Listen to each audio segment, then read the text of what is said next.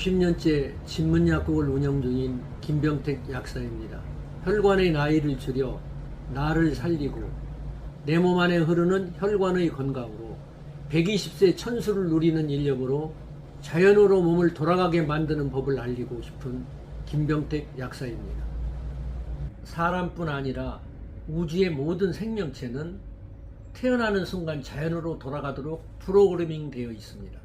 봄, 여름, 가을, 겨울이 기다리지 않아도 때가 되면 오고, 씨가 싹을 틔우고 꽃을 피우고 열매를 맺은 후 겨울 나무가 되듯 우리 몸도 나이를 먹으면서 변화를 겪게 되는 것입니다.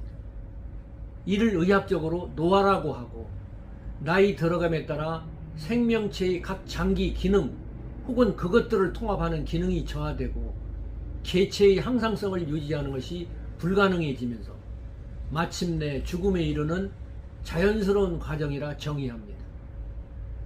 어떻게 살아야 오래도록 젊음의 활력을 유지하고 건강하게 살 수 있을까요? 우리 몸은 기본적으로 부모에게서 물려받은 유전자를 지니고 특정 환경 속에서 먹고 움직이고 다양한 생각과 감정을 느끼며 살아가고 있습니다. 인체의 작동 원리를 간단하게 보면 호흡기를 통해 깨끗한 공기를 들여와 혈관을 통해 각 장기에 필요한 물질이 전달되고, 그 장기에서 노폐물이 배출되면 각각의 장기는 주어진 역할을 충실히 수행해서 생명이 다하는 날까지 건강하게 살도록 만들어져 있습니다. 이 과정에서 몸은 섭취한 영양분을 뼈와 지방, 근육으로 저장해 몸을 지탱하고 비축한 에너지를 이용해 각 장기가 고유의 기능을 하고 몸을 움직이며 살도록 만들어져 있습니다. 노화 속도를 결정하는 가장 중요한 인자는 때에 따라 차이가 있을 수 있습니다. 대부분 건강한 사람의 노화 속도를 결정하는 요인은 감정, 운동, 영양순입니다. 반면 질병으로 현재 치료 중이거나 65세 이상 고령자인 경우는 영양이 우선되어야 몸을 움직일 수 있고 감정도 편안해지는 것입니다. 화가 머리끝까지 났을 때 한번 생각해 볼까요? 화가 나면 숨이 고르지 않고 맥박이 빨라져 가슴이 답답하고 눈이 시큰거리고 뻑뻑하고 머리가 어질어질하면서 집중력이 떨어져 판단 능력도 떨어지게 되는 것입니다. 몸을 움직여 농사를 지어야 먹고 살 수 있었던 때는 먹는 것이 부족해 영양이 질병과 노화를 결정하는 가장 중요한 인자라고 할 수 있었습니다만, 지금은 종일 움직이지 않아도 생활할 수 있는 현대인에게 영양보다는 운동이 건강에 더 큰 영향을 미치게 되는 것입니다.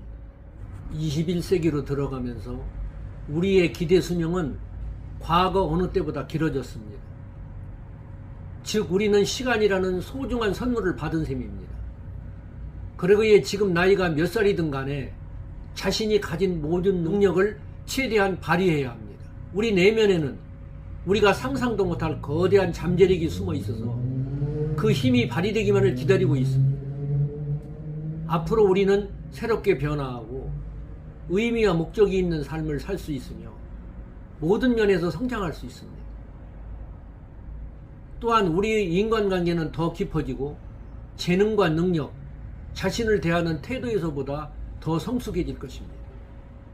심지어는 육체적으로도 더 더욱 건강해질 수 있는 것입니다. 그러면 우리는 더 큰 행복을 누릴 수 있습니다. 우리는 나이가 들면 들수록 인생에서 더 많은 즐거움을 발견할 수 있다고 합니다. 심지어는 80대가 되고 그보다 더 나이를 먹어도 말입니다. 즉 우리는 남은 인생을 과거 어느 때보다 더 멋지게 살 수 있습니다. 나이가 들어도 늘 새롭게 변화하고 정신적으로 열려 있으며 활기찬 인생을 살고 있어서 모방하고 싶은 사람을 찾아 인생의 거울로 삼아야 합니다. 왜냐하면 우리는 자신의 존경하는 사람의 자질, 즉 이들의 습관과 태도를 배울 수 있기 때문인 것입니다. 동시에 우리는 우리가 존경하지 않는 사람들이 습관과 태도를 취하지 않을 수도 있는 것입니다. 우리는 직접 알고 있는 사람들을 거울로 삼을 수도 있고 과거나 현재에 잘 알려진 명사들이나 책, 방송을 통해 알게 된 인물들 중에서 찾을 수도 있습니다. 우리는 모두 깨어나려고 발버둥치는 거대한 힘과 능력을 가지고 있습니다. 우리에게는 상상을 뛰어넘는 거대한 잠재력이 있어서 그 힘을 통해 성장하고 인생의 기쁨을 누릴 수가 있는 것입니다. 지금으로부터 1년 후, 아니 10년 후의 자신의 모습을 그려보십시다. 내면에 숨어있는 힘을 펼쳐보입시다. 영원히 충만하게 성장하고 진정한 자신의 모습을 거듭날 수 있는 것입니다. 여기서 임상예를 하나 들어보겠습니다. 무병장수는 병 없이 오래 사는 것이고, 치병장수는 병을 치유하면서 생명을 오래 연장하는 것이고, 극병장수는 병을 극복하면서 장수하는 것입니다. 부지런히 움직이고 규칙적으로 살고 변화에 적응하면서 항상 머리를 써서 도전을 하고 많은 사람과 어울리며 감정을 발산하고 쓸데없는 일에 힘쓰지 않고 몸을 관리한 사람과 그냥 살아온 사람과의 차이는 외모에부터 커다란 차이를 느끼게 하고, 늙음이라는 것은 더 나빠지는 것을 말하는 것이며, 이것은 내가 결정하는 것입니다. 해야 할 것을 열심히 하는 게 잘하는 길입니다. 그러니까 더 나빠지는 대로 노력할 것이 아니라 더 좋아지는 방향으로 노력하는 것이 나이 들매 키포인트가 되는 것입니다. 그러면 여기서 노화의 시초를 아는 솔루션을 여러분들에게 말씀드리겠습니다. 첫 번째, 손과 발이 저립니다. 어느 날 갑자기 일어나 보면 손과 발이 저리고 쥐가 나곤 합니다. 이와 같은 현상이 노화의 시초를 알리는 솔루션의 첫 번째 조항입니다. 두 번째는 굉장히 피곤합니다. 힘든 일도 하지 않았는데 몸에 피로가 쌓여서 피로를 많이 느끼게 되겠습니다. 세 번째, 갑자기 머리가 빠지기 시작합니다. 어느 날 머리를 감아보니 그 하수구가 막힐 정도로 머리카락이 빠지는 때가 있습니다. 그때가 우리의 노화를 알리는 시초라고 여러분이 생각하면 되겠습니다. 네 번째, 손발이 조금씩 붓습니다. 자고 일어나면 손과 발이 약간 부어가지고 몸에서 사인을 보내는 것입니다. 다섯 번째, 피부색이 약간 변화가 생깁니다. 심한 사람은 파랗게까지 되는 것입니다. 그러니까 평상시에 자기가 늘 보던 거울을 보고 느낌이 피부색에 변화가 온다 느끼면 그것은 노화를 사인으로 보내는 시초라고 생각하시면 되겠습니다. 여섯 번째, 하지 정맥류가 많이 생깁니다. 하지 정맥류가 생긴다는 것은 심장에서 하초까지 피를 보내지 못하기 때문에 거기에 맥혀가지고 하주 정맥이 생긴다는 것을 여러분이 기억해야 되겠습니다. 또 기억해야 될 것은 손발이 차가워지는 것입니다. 수족 냉증과 같이 추위를 타게 되며 손발이 차가워지는 것을 느끼며 본인이 몸을 만졌을 때 깜짝 놀랄 정도로 차갑게 느껴지면 그것은 사인을 보내는 것입니다. 그리고 마지막 여덟 번째는 갑자기 남자들이 많이 겪는 일이겠습니다만 밤일이 잘 안 돼가지고 발기부전으로 나타나는 경우가 허다합니다. 이것은 비아그라나 그 촉진제를 먹어갖고 될 문제가 아니고 몸이 냉해지면서 혈액순환이 공급이 안 돼가지고 노화의 시초를 알리는 지름길이 되는 것입니다. 이와 같은 8가지를 우리가 마음속에 기억하면서 항상 노화를 느끼는 시초로 경험해야 되겠습니다. 노인 1인 가구 시대에 우리가 생활해야 될 때 제일 키포인트는 걸을 수 있어야 합니다.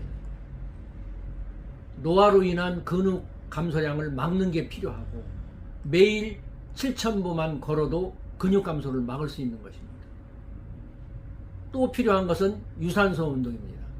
등에 땀이 날 정도로 헐떡거리는 정도로 운동하는 것이 필요하고 일주일에 3차례 이상은 운동을 해야 되며 총 2시간 30분 이상은 해야 효과를 보는 것입니다. 그리고 심호흡과 복식호흡을 통해 호흡근을 키우고 혈관 건강에 도움을 주는 산화질소 대사체 같은 것을 복용해서 혈관을 건강하게 하고 또 발효식품을 많이 먹어 청국장이나 된장, 고추장 같은 우리의 고유 음식을 많이 먹게 해서 우리 몸을 건강하게 만드는 것입니다. 여러분 잘못이 아닙니다.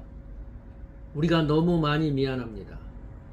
예기치 못한 사고로 목숨을 잃은 이태원 참사 희생자 154명의 넋을 기리는 추모 행렬이 물결을 치고 있습니다. 시민들은 세대와 성별을 막론하고 분향소를 직접 찾아 슬픔을 함께 나누고 있습니다. 세월호에서 이태원까지 덮친 20대, 공포가 일상화됐다. 두려움을 호소하고 있습니다. 젊은 청춘들이 비극의 수렁에서 헤어나지 못하고 있으며 현장 구급대원과 경찰도 비극의 피해자이며 악몽, 불안 증세, 불면증 등을 호소하고 있습니다. 이런 분들은 트라우마를 막을 수가 없기 때문에 트라우마 상담을 받아야 되며 치유를 받아야 되는 것입니다. 다음 시간에는 트라우마를 이길 수 있는 극복법에 대해서 여러분들과 생각해 보기로 하겠습니다. 감사합니다.